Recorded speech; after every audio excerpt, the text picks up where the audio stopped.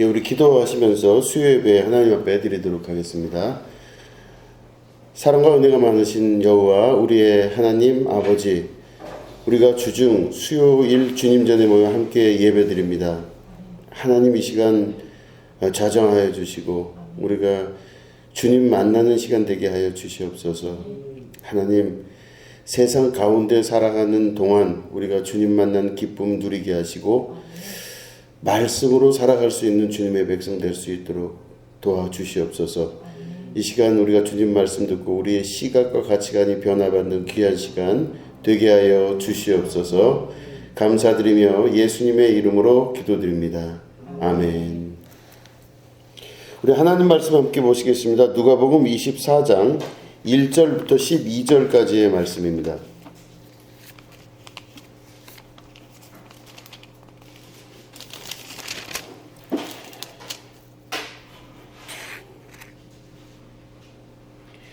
예, 누가복음 24장 1절부터 12절까지 말씀을 우리 교독하도록 하겠습니다.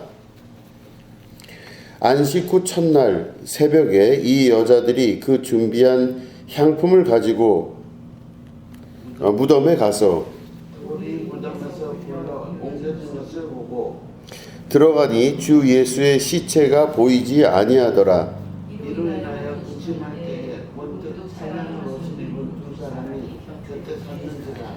여자들이 두려워 얼굴을 땅에 대니 두 사람이 이르되 어찌하여 살아있는 자를 죽은 자 가운데서 찾느냐.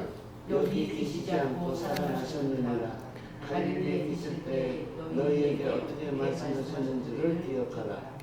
이르시기를 인자가 죄인의 손에 넘겨져 십자가에 못 박히고 제3일에 다시 살아나야 하리라 하셨느니라 한데 그들이 예수의 말씀을 기억하고 무덤에서 돌아가 이 모든 것을 11사도와 다른 모든 이에게 알리니 이 여자들은 막달라 마리아와 요한나와 야고보의 모친 마리아라. 또 그들과 함께 한 다른 여자들도 이것을 사도들에게 알리니라. 사도들은 그들의 말이 허탄한 듯이 들려 믿지 아니하나 베드로는 일어나 무덤에 달려가서 구부려 들여다보니 세마포만 보이는지라 그 된 일을 놀랍게 여기며 집으로 돌아가니라. 아멘. 예, 오늘은 허탄한 듯이 들려라는 제목 가지고 함께 말씀을 나누도록 하겠습니다. 예수님께서 십자가에 달려 죽으시고 무덤에 계셨습니다. 그런데 그 무덤에 계셨던 예수님이 없어지셨어요. 사라졌습니다. 그래서 그 앞에 그 준비하고 있었던 그 향품을 가지고 무덤에 가서 예수님의 시신을 정리하려고 준비하고 있었던 그 여인들이 깜짝 놀랍니다. 무덤에 돌문이 열려져 있고 예수님의 시체가 보이지 아니하더라 이렇게 기록되어 있죠. 그리고 나서 그 여인들 앞에서 보니까 그 찬란한 옷을 입은 두 사람이 곁에 있어서 이야기를 합니다. 이 여인들에게 어찌하여 살아있는 자를 죽은 자 가운데서 찾느냐. 여기 계시지 않고 살아나셨느니라. 갈릴리에 계실 때 너희에게 어떻게 말씀하셨는지를 기억하라. 이렇게 천사들이 여인들에게 이야기를 하는 거예요. 그런데 그 이야기를 들은 그 여인들이 8절 말씀해 보니까 그들이 예수의 말씀을 기억하고 이렇게 돼 있어요. 그랬는데 11절 말씀을 보니까 이제 이 여인들이 예수님이 부활하셨다는 그 사실을 제자들한테 가서 알렸습니다. 그랬더니 제자들이 그 사도들이라고 기록되어 있죠. 11절을 보니까 사도들은 그들의 말이 허탄한 듯이 들려 믿지 아니하나 이렇게 되어 있습니다. 참 이상한 건 사도들은 부활의 소식을 분명히 들었음에도 불구하고 그 말이 허탄한 듯이 들렸더라 이렇게 되어 있습니다. 그러니까 원어 성경을 찾아보면 그들의 그 말이 레로스라 그래서 약간 바보스럽고 멍청하게 들렸다 이렇게 원래는 기록이 됩니다. 그러니까 이 여자들이 좀 이상한 여자들이 하는 얘기로 들린 거예요. 정신이 나갔구나, 이렇게 사도들이 들었다, 이렇게 기록되어 있습니다. 참 이상한 건 뭐냐면 같은 믿음을 가지고 있는 사람들일 것 같고, 오히려 사도들이라 그러면 더 예수님의 말씀을 잘 기억하고 아주 예수님의 말씀을 신중히 생각하고 부활을 믿었을 것 같은데 전혀 그렇지가 않습니다. 여기 보면은 그 여인들이 예수님의 말씀을 오히려 믿고 그대로 따른 것이죠. 자, 보면은 8절 말씀에 좀 우리가 읽었지만 그들이 예수님의 말씀을 기억하고 이렇게 되어 있습니다. 그러니까 예수님이 갈릴리에서부터 말씀하셨다는 그 말씀을 기억한 것입니다. 이 여인들은 그 말씀을 떠올리면서 아, 진짜로 부활하셨구나, 이걸 믿었는데 사도들은 오히려 그렇지가 않았다고 하는 것입니다. 여기서 보면 이 두 존재들이 또 극명하게 비교가 돼서 나타나는 것을 볼 수 있습니다. 누가복음의 저자인 누가는 이 두 이야기를 극명하게 두 종류로 나눠서 비교하고 있는 것이죠.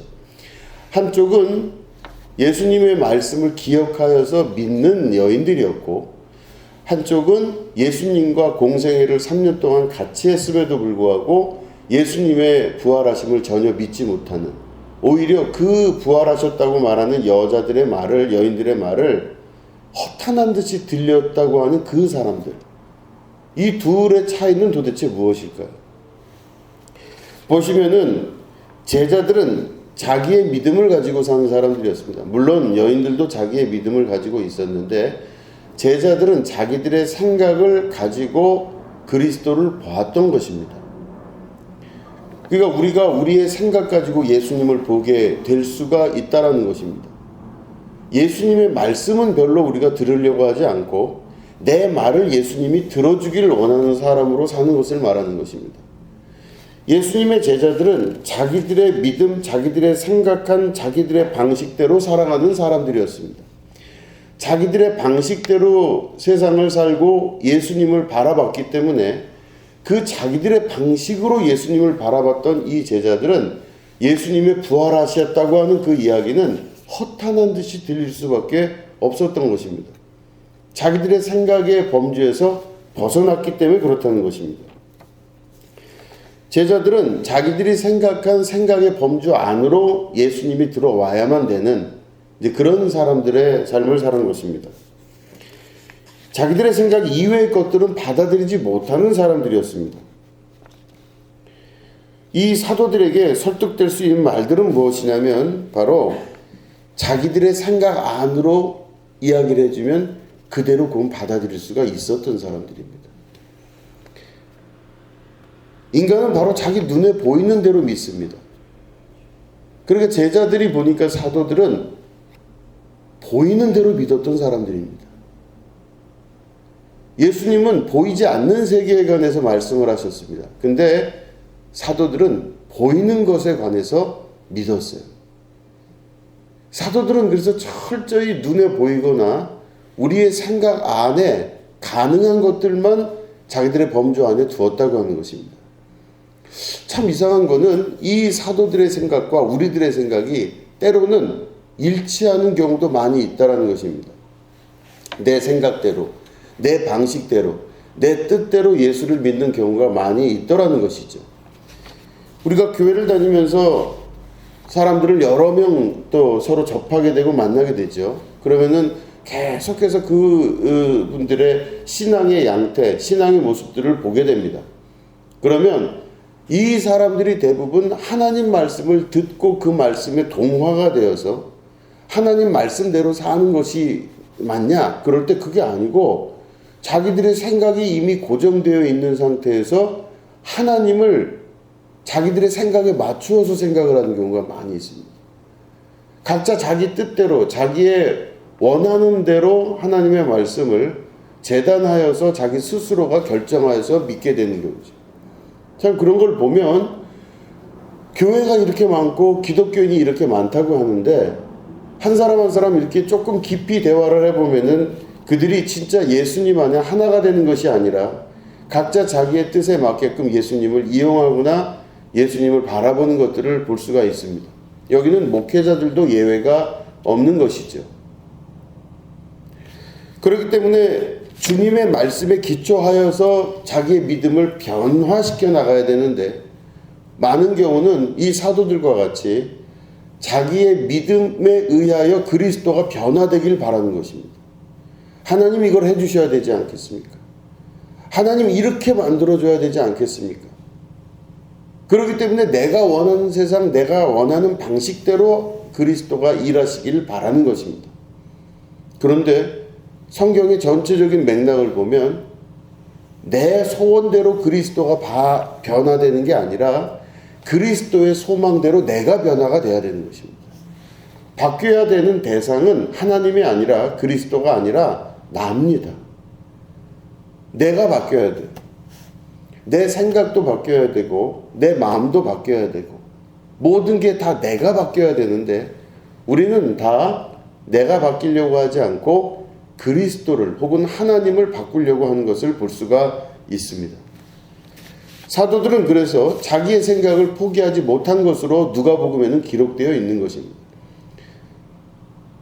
그래도 사도인데, 그래도 교회의 12제자가 사도가 되면서 구약의 말씀이 그대로 이루어지게 되는 그런 위대한 사람들이라 볼 수 있는데, 성경은 그들의 모든 치부를 그대로 다 드러내고 있습니다. 사도들은 믿음의 완성자들이 아니었던 것입니다. 그들은 계속된 실수와 실패를 거듭하면서 자기들의 생각을 예수님의 죽음과 부활까지도 그대로 가지고 갔던 사람들이라 볼 수가 있는 것이죠. 내가 바뀌어야 되는 줄로 믿습니다. 내가 안 바뀌면 안 됩니다. 예수님 믿고 진짜로 우리가 결단하고 결심해야 될 것은 하나님이 바뀌거나 주님이 바뀌는 것이 아니라 내가 바뀌어야 됩니다. 자기를 꺾을 수 있는 과감한 용기가 필요하다는 것을 말씀하고 있는 것입니다. 그 중에서 첫 번째, 내 눈에 보이는 것들을 먼저 포기할 줄 알아야 됩니다. 우리 한번 말씀 찾아볼까요? 마태복음 25장 34절부터 40절 말씀을 우리 교독하도록 하겠습니다. 마태복음 25장 34절부터 40절까지의 말씀입니다. 네, 마태복음 25장 34절부터 40절을 우리 교독하도록 하겠습니다. 그때에 임금이 그 오른편에 있는 자들에게 이르시되, 내 아버지께 복받을 자들이여, 나와 창세로부터 너희를 위하여 예비된 나라를 상속받으라. 내가 줄일 때에 너희가 먹을 것을 주었고, 목마를 때에 마시게 하였고, 나그네 되었을 때에 영접하였고, 헐벗을 때에 옷을 입혔고, 병들었을 때에 돌보았고, 옥에 갇혔을 때에 와서 보았느니라. 이에 의인들이 대답하여 이르되, 주여, 우리가 어느 때에 주께서 주신 것을 보고 음식을 대접하였으며 목마르신 것을 보고 마시게 하였나이까. 어느 때에 나그네 되신 것을 보고 영접하였으며 헐벗으신 것을 보고 옷 입혔나이까. 어느 때에 병드신 것이나 옥에 갇히신 것을 보고 가서 배웠나이까 하리니. 임금이 대답하여 이르시되, 내가 진실로 너희에게 이르노니 너희가 여기 내 형제 중에 지극히 작은 자 하나에게 한 것이 곧 내게 한 것이니라 하시고. 아멘. 마태복음 25장에 있는 본문에 우리 읽은 말씀을 보면 예수님께서 비유로 말씀을 하셨습니다. 그 임금이 오른편에 있는 사람들에게 이르기를, 모든 상속받을 너희 내 자녀들아, 너희들이 이걸 상속받을 텐데 너희들이 그 상속받는 이유가 무엇이냐 했을 때, 너희들이 내가 굶주렸을 때 너희들이 도와줬고, 내가 힘들었을 때 너희들이 나에게 왔고, 내가 헐벗었을 때 옷을 입혀주었고, 내가 옥에 갇혔을 때 너희들이 나에게 와서 보았느니라, 이런 말씀을 임금이 한 거예요. 그러니까 이 의인들이 그 이야기를 듣고 저희가 언제 그런 적이 있습니까? 왕께서, 임금께서 그런 일을 당하셨을 때 우리가 도와준 적이 없습니다, 이렇게 이야기를 하니까 이 임금이 이야기하기를, 아니다, 내가 진실로 너에게 이르노니 너희가 내 여기 형제 중에 지극히 작은 자 하나에게 한 것이 곧 내게 한 것이니라 하시고 이렇게 말씀하십니다. 예수님의 이 비유는 유명한 비유입니다. 여기 작은 자 중에 한 명에게 한 것이 곧 누구에게 했다? 나에게 한 것이니라 하시고 이렇게 말씀하셨어요. 이 말씀을 보면 여러분, 이 사람들의 생각과 임금의 생각, 그 왕이신 주님의 생각이 달라요. 관점이 다른 겁니다. 사람은 눈으로 보이는 사람만 이해를 해요. 그래서 눈으로 보이는 것만 믿고 보이는 것만 따르려고 하는 그런 경향이 강합니다. 그런데 여기 말씀 보니까 이 말씀의 전체적인 뜻은 바로 임금이 임금의 모습으로 오지 않으신다는 뜻입니다. 임금이 때로는 병든 사람으로 혹은 옥에 갇힌 사람으로 가난한 자로 이런 여러 모양을 달리해서 사람들에게 나타나는데 사람들은 그 임금님의 원래 모습만 보고 임금님이다 이렇게 생각을 한다는 거죠. 그게 아니라는 말씀이에요. 내 눈에 보이는 모든 존재와 내 눈에 보이는 것들을 믿고 사는 게 우리들의 인지상정인데 그게 아니라고 하는 겁니다. 눈에 보이는 것을 믿지 마라 그런 뜻이에요. 엠마오 마을로 예수님의 제자들이 돌아갑니다. 예수님이 죽으셨다는 소식을 듣고 예수님을 따라왔던 제자들이 이젠 다 끝났구나. 그래서 돌아갑니다. 그게 자기 고향이에요. 자기 고향 엠마오로 가갖고 다시 처음부터 자기가 했던 일을 해야 되겠다. 다 내가 지금 헛된 구름을 잡은 것 같은 생활을 했구나. 우리 예수님이 이제 왕이 되실 줄 알았는데 아니구나. 그래서 돌아가요. 그럴 때 그 돌아가는 제자들에게 예수님이 나타나십니다. 예수님이 그 길을 같이 걸어가세요. 엠마오 제자들 고향으로 가는 제자들에게 예수님이 나타나셨어요. 같이 걸어가세요. 그리고 여러 이야기를 많이 했다고 성경에 기록되어 있습니다. 그런데 그들이 예수님인 줄 몰랐다고 기록되어 있어요. 어떻게 몰랐을까요? 이해가 안 되잖아요. 왜 예수님인 걸 몰랐을까요? 그런데 이들이 어느 순간 영안에서 하룻밤 자면서 예수님을 다시 봤더니 그들의 눈이 열렸다고 성경은 기록하고 있어요. 그들의 눈이 열려서 예수님인 줄 알았다고 돼 있어요. 근데 그 순간 예수님이 없어지셨어요. 이런 놀라운 사건이 엠마오로 돌아가는 제자들에게 나타난 사건입니다. 이 말씀이 또한 의미하는 바는 우리가 눈에 보이는 것들이 우리의 생각과 우리의 눈에 보이는 것들이 진짜가 아닐 수 있다는 말씀을 하는 것입니다.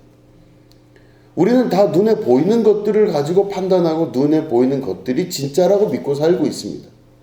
그렇기 때문에 다 그렇게 살고 그렇게 판단하고 그렇게 결정을 내려요. 지금 우리가 읽은 마태복음 25장에서도 내 형제 중에 가장 작은 자에게 한 것이 그럼 나에게 한 것이니라 말씀하셨습니다. 그 말씀은 다른 말로 하면 예수님이 변화된 모습으로 그들의 몸을 입고 오신다는 뜻이겠죠. 가난한 자, 병든 자, 아픈 자, 힘든 자들 모습으로 예수님이 오신다는 뜻이에요. 그 말의 더 깊은 뜻은 바로 뭐냐면 내 눈에 보이는 것들을 믿고 사는 우리들의 믿음이 잘못됐다는 뜻입니다. 내 눈에 보이는 것으로 믿는 것이 아니라 보이지 아니하는 것으로 믿음을 가질 수 있는 것. 그 말은 더 적극적으로 이야기하면 내가 믿고 있는 현재의 나의 믿음을 주님 앞에 버릴 줄 알고 하나님께서 우리에게 주시는 새 믿음을 가질 수 있어야 된다는 뜻입니다. 영적 눈이 열린다고 하는 것은 바로 내 눈으로 경험으로 그것을 보는 것이 아니라 그리스도의 눈으로 세상을 볼 줄 아는 사람을 말하는 것입니다. 하나님은 오늘도 내 안에서 계십니다. 하나님이 내 안에 계시잖아요. 그럼 나를 통해서 하나님께서 세상을 바라보신다는 뜻입니다. 그럼 우리는 눈에 보이는 것들을 믿는 것이 아니라 보이지 아니하는 세계를 볼 줄 아는 믿음의 백성이 되어야 되는 것이죠. 여러분 보시면은 제자들은, 이 사도들은 예수님의 부활하셨다는 말씀을 듣고 시신이 없어졌다는 말씀을 듣고 그 여자들이 하는 말이 허탄한 듯 미련한 듯 이상하게 들린 겁니다. 그런데 이 여인들은 그 천사들의 말을 듣고 그대로 생각나서 기억을 한 거예요. 천사들이 뭐라 그랬어요? 주께서 너희들에게 갈릴리에서 하셨던 그 말씀을 기억하거라. 갈릴리는 예수님의 사역 초기에 있었던 장소예요. 예수님이 처음 말씀하셨던 그 말씀을 이 여인들이 기억하고 있었다는 겁니다. 그래서 천사들의 이야기를 듣고 예수님의 말씀을 기억해 보니 내가 죽고 사흘 후에 부활할 것이며 그게 부활하고 난 다음에 내가 하늘나라에 승천을 하고 너희들의 모든 것들이 다 이루어지게 되며 하나님의 뜻이 온전하게 이루어질 것이다 라고 하는 그 예언의 말씀을 한 것을 여인들이 기억한 겁니다. 그럼 이 여자들도 똑같은 사람인데 자기들의 생각과 자기의 방식대로 바라본 게 아니었었어요. 말씀을 듣고 말씀을 기억해서 말씀으로 이 사건을 바라보기 시작한 겁니다. 무덤이 있는데 무덤에 돌이 젖혀져 있고 예수님의 시신이 없어졌을 때 제자들은 그걸 보고 아니다 그랬습니다. 아니다. 허탄한 듯이 믿어지지가 않는 겁니다. 그런데 여인들은 말씀을 가지고 그 나타난 일들을 보았다는 뜻이죠. 그럼 여러분 우리가 믿음 생활할 때 어떻게 믿음 생활하셔야 돼요? 내 생각과 경험과 알고 있는 지식대로 세상을 바라보는 것이 아니라 말씀으로 세상을 바라볼 수 있는 믿음의 변화가 있으셔야 된다는 것이에요. 말씀으로 세상을 바라볼 수 있으셔야 돼요. 예수님의 말씀이 그렇게 하셨으니 그대로 될 줄로 믿는 것입니다. 예수님께서 말씀하신 대로 그대로 믿었던 이 여인들은 그래서 복된 여인들입니다. 이 여인들이 바로 하나님의 나라에 교회에 드러나지 아니하는 믿음의 아주 저변을 구성해주는 아주 중요한 존재들이 되었다고 하는 것이죠. 교회의 역사는 사도들의 역사입니다. 사도행전이 있지 않습니까? 그런데 이 사도행전이 쓰여지는 것도 역시 누가가 사도행전을 기록한 거예요.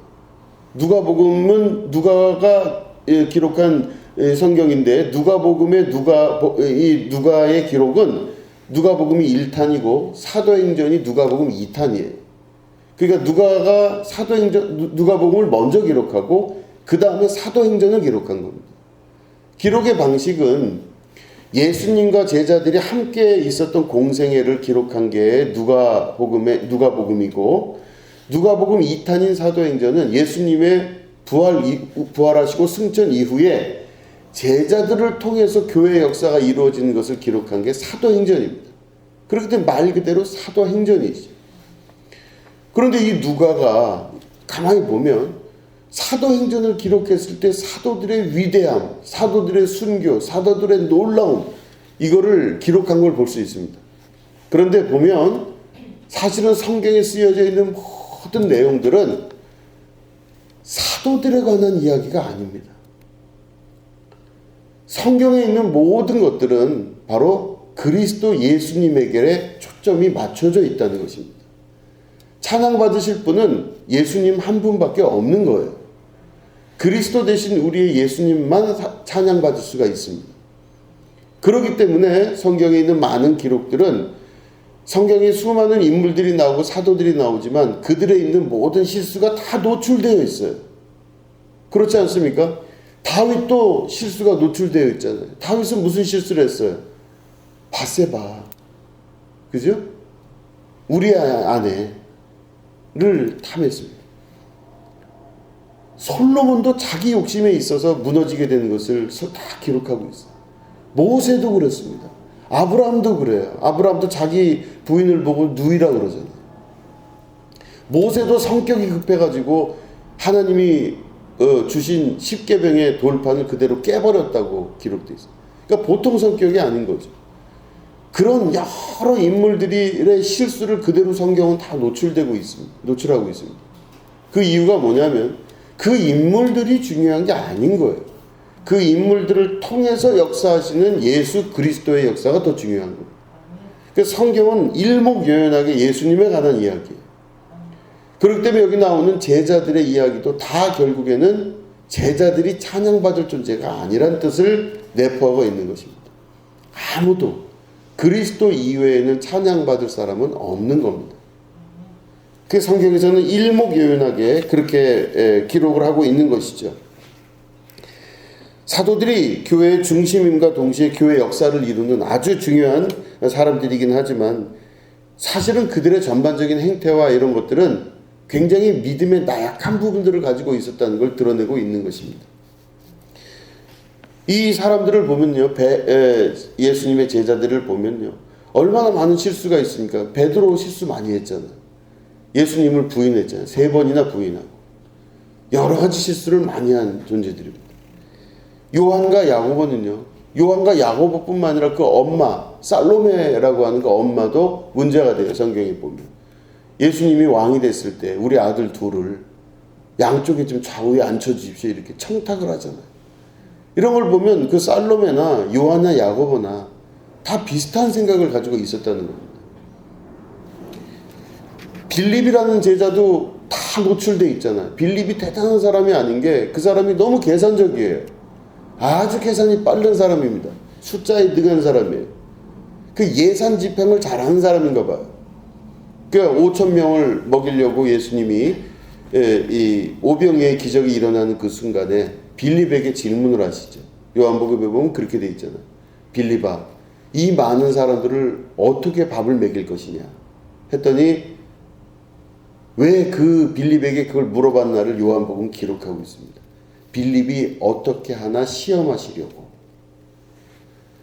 그리고 결국에는 빌립에게 질문하신 예수님의 의도는 빌립이 계산을 잘하는 사람이기 때문에 자기가 계산하던 습관을 버리지 못하고 계산하던 방식대로 이 사람들을 어떻게 밥을 먹일까, 어떻게 하나 시험해 보시려고 예수님이 질문하신 거예요.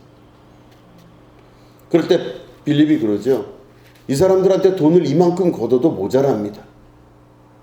식대비도 이만큼 걷어서 마을로 들어가서 이걸 다 먹을 걸 사와도 이게 감당이 안 될 겁니다. 그러니까 이미 머릿속에 계산을 다 하고 있었던 거예요. 그런데 그 장면이 예수님이 보실 땐 빌립의 가장 단점이고 약점이라고 볼 수가 있었던 것이죠.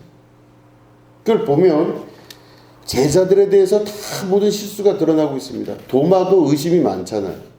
자기가 직접 만져보기 전에는 예수님 부활을 믿지 못한다고 돼 있죠. 그러니까 그 손에 손가락을 넣어봐야 내가 믿겠나이다. 이렇게 얘기하는 게 도마예요.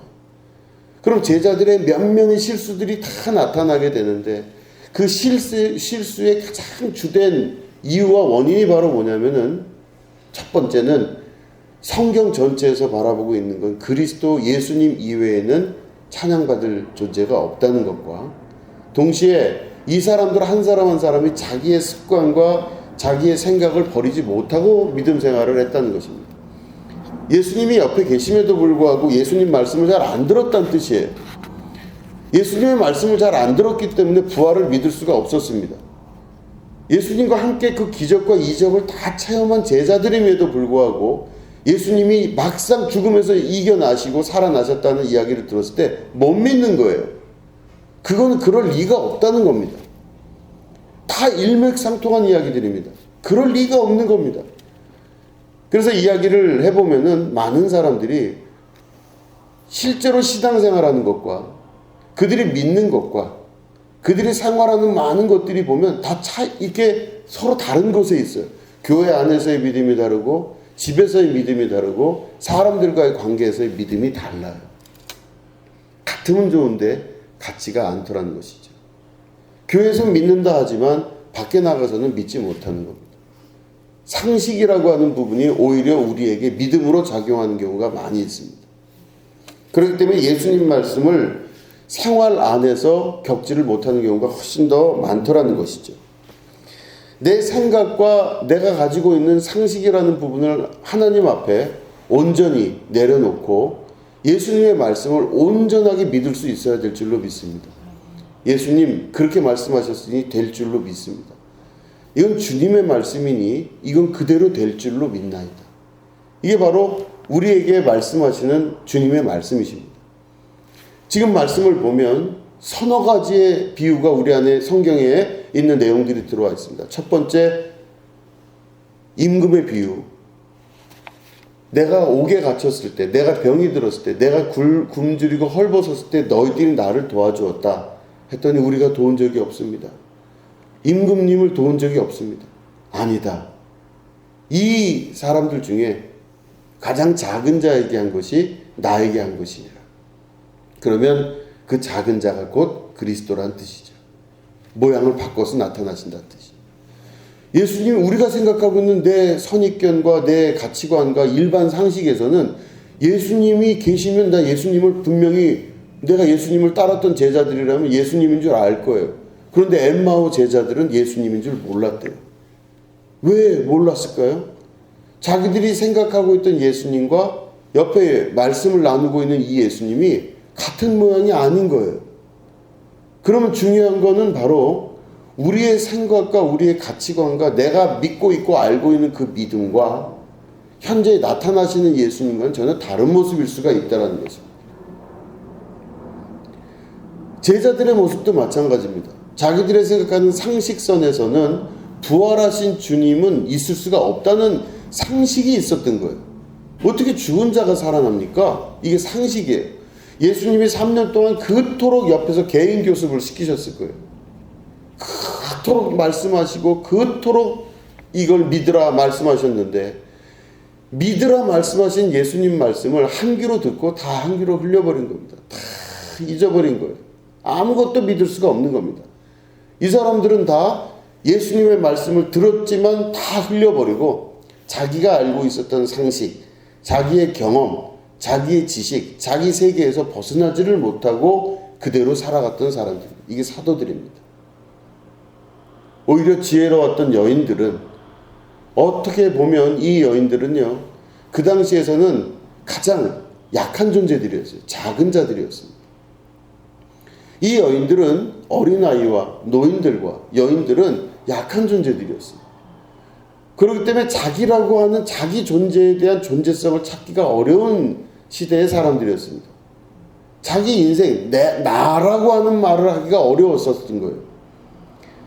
그렇기 때문에 자기 생각이나 자기 무엇인가가 인정받으면은 그게 나라고 하는 존재가 되지만, 내가 무슨 말을 해도 아무도 나를 인정하지 않을 때는요, 나라는 존재에 대한 존재성을 찾기가 어렵습니다. 그러니까 여인들은 그런 존재들이었었어요, 그 당시에. 그런데 이 여인들은 다른 말로 하면 자기 자신에 대해서 이미 처음부터 내려놓은 존재들이죠. 자기 알고 있는 지식과 자기 알고 있는 생각들을 내려놓을 수밖에 없어요. 여러 명이 무슨 이야기를 할 때요, 이 여인이 무슨 말하면 안 들어요, 사람들이. 그런데 아들내미나 뭐 남자가 얘기하면 다 듣는 거예요. 이 여인이 무슨 말하면 아무것도 듣지 않기 때문에 내 말은 지금까지 내 생각과 내 말을 스스로 긍정하거나 스스로 거기에 대해서 자존심을 가지고 자부심을 가지고 할 수 있는 일이 없었던 게 여인들입니다. 그렇기 때문에 반면에 이것이 오히려 큰 장점으로 작용한 겁니다. 예수님의 말씀을 들었을 때 이 여인들은 자기들의 생각을 포기할 줄 알았던 존재들이에요. 아, 내가 틀렸구나. 그럼 이런 사람은 어때요? 순진하죠. 순전한 겁니다. 예수님 말씀이 맞구나. 이걸 믿은 거예요, 진짜로. 근데 사람들로부터 인정받고 대접받고 존재로서 인정받았던 사도들은 잘 못 믿는 거예요. 자기 생각이 투철한 거죠. 그렇기 때문에 자기를 버리는 습관이 되어 있던 여인들은 예수님의 말씀을 잘 듣고 순종할 수 있었고, 자기의 존재를 끝까지 버리지 못하는 사도들은 여러 어려운 일을 겪어가며 십자가의 고통을 함께 지면서 맨 마지막에 가서야 순교의 열매를 거둘 수가 있었던 거죠.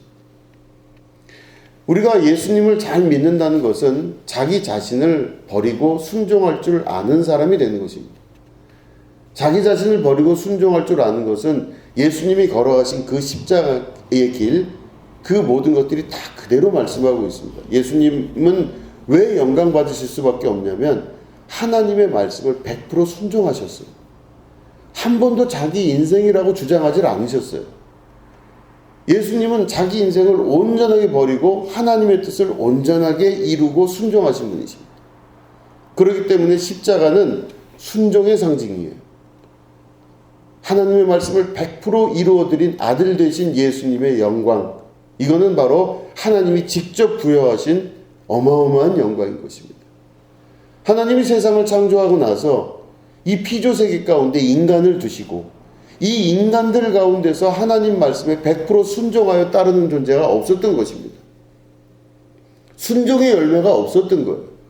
불순종의 영 가운데서 역사하는 영들의 시험 가운데 끊임없이 끌려다녔던 게 인간의 역사입니다. 그런데 우리가 예수님을 믿는 이유는 모든 피조 세계 가운데 아들 되신 예수님께서 100% 하나님 말씀에 순종하여 그 모든 걸 온전하게 이루신 거예요. 그럼 어떨 때 순종할 수 있겠어요? 내 생각이 아니라 하나님 마음을 품을 때 순종이 가능합니다. 내 마음의 뜻을 버릴 줄 아는 것. 이게 바로 순종함의 역사인 것이죠. 그렇기 때문에 우리가 예수를 믿는다고 하는 것은 순종함을 이룰 줄 아는 삶을 사는 것입니다. 예수님, 제가 이런 경험도 있고 이런 지식도 있고 이런 여러 가지 것들이 있습니다. 그러나 주께서 하라 하시면 제가 멈추겠나이다. 주께서 하라 하시면 제가 순종하겠습니다. 가라 하시면 가고 멈추라 하면 멈추고 돌아오라 하면 돌아갈 수 있겠습니다. 이 모든 것들이 주님 안에서 합력하여 선을 이룰 때 내 안에 온전한 십자가의 영광, 그리스도의 거룩하신 임재를 통하여 나타나는 놀라운 역사가 일어날 수가 있게 되는 것입니다. 저도 순간순간 그런 경험을 할 때가 참 많습니다. 이 생각 저 생각이 많아질 때가 있어요. 저도 사람이기 때문에 사람으로서 할 수 있는 기본적인 생각들이 있습니다. 그럼 내 속에서 경험과 습관과 좋고 나쁨에 대한 모든 구별이 있기 때문에 내 속 깊은 곳에서 좋은 거 나쁜 걸 구별할 줄 알고 무엇이 맞는 것인지 안 맞는 것인지에 대한 끊임없는 갈등이 일어날 때가 있어요. 그러면 이건 아닌 것 같다 이런 생각을 하고 막 수많은 갈등들을 해요. 근데 알게 된 건 바로 뭐냐면 그 내 스스로가 나 때문에 가장 힘들어요. 예수님 때문에 힘든 것도 아니고 하나님 때문에 힘든 게 아니라 내 가치관 때문에 힘든 것이 참 많다는 것입니다. 모든 문제의 근원과 시작은 사실은 나 때문입니다. 내 욕심, 내 생각, 내 뜻, 내 가치관 이런 것들이 가장 나를 괴롭게 하고 힘들게 하는 것이죠. 더더군다나 그 가치관을 버리라 하시는 예수님 말씀을 들을 땐 정말로 심각하게 고통스러운 겁니다. 내 생각을 주님 앞에 정말로 맡기고 주님의 말씀에 순종할 수 있겠습니까? 이게 참 어려운 일인 거죠. 순종하는 자녀가 된다는 것.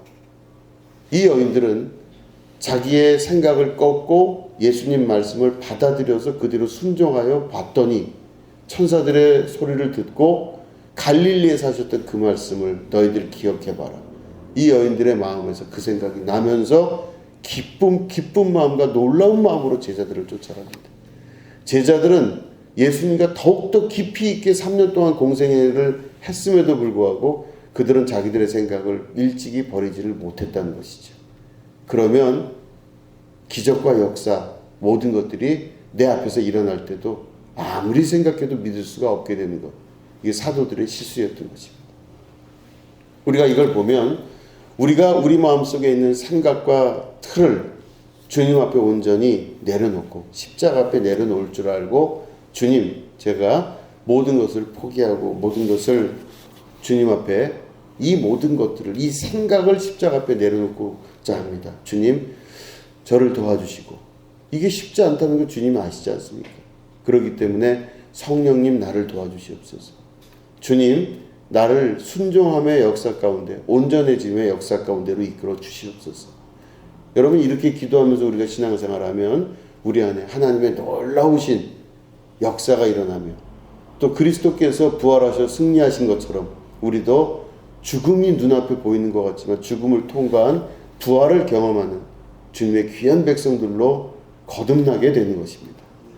여러분 그 말씀 믿으시고 내 생각을 버리고 하나님 말씀, 우리 예수님 말씀을 쫓고 쫓아갈 줄 아는 믿음의 결단이 있으시게 되기를 주님의 이름으로 축원합니다. 기도하겠습니다.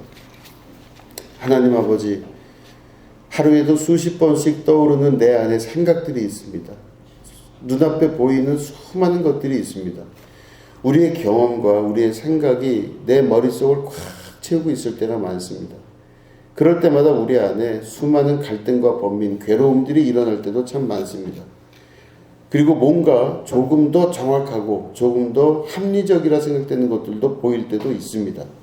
그러나 하나님, 오늘 말씀을 통해서 우리의 생각을 내려놓고 허탄해 보이는 그 주님의 음성과 주님의 역사를 볼 줄 아는 여인들의 순전함으로 거듭나게 하여 주시옵소서. 천국의 주인은 이 여인들과 같은 순전한 백성들인 줄로 믿습니다. 예수님의 말씀을 100% 받아들일 줄 아는 주님의 백성들인 줄로 믿습니다. 인간의 경험과 생각 내려놓고 내 의지와 뜻 주님 앞에 버리고 십자가의 길을 같이 걸어갈 줄 아는 주님의 백성 되게 하여 주시옵소서. 감사드리며 예수님의 이름으로 기도드립니다. 아멘.